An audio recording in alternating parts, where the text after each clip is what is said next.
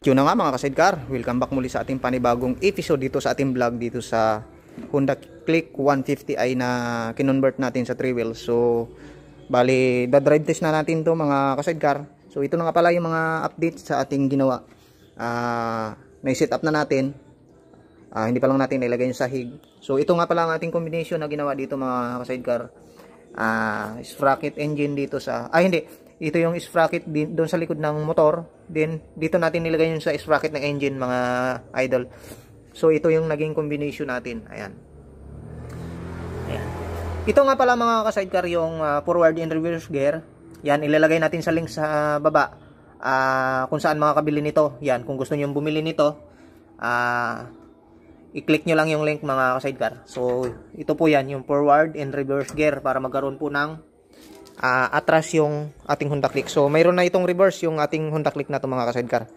So yun, samahan nyo kami mga lodi sa ating drive test.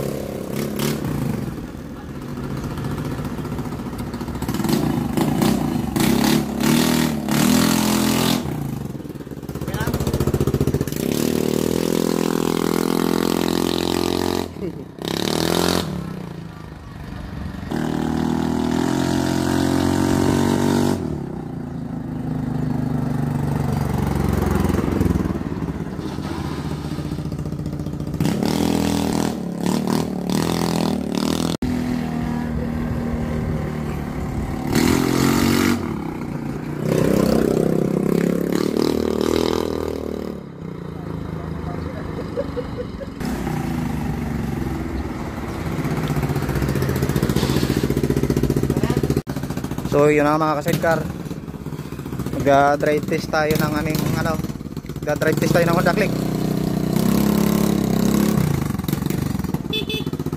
Ayos, likot ka doon sa basketball court.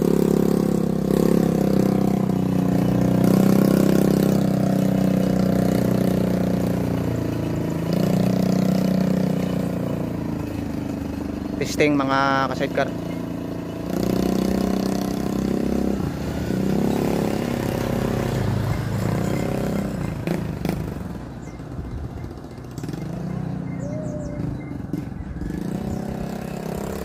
Napakaangas Honda Click 150i.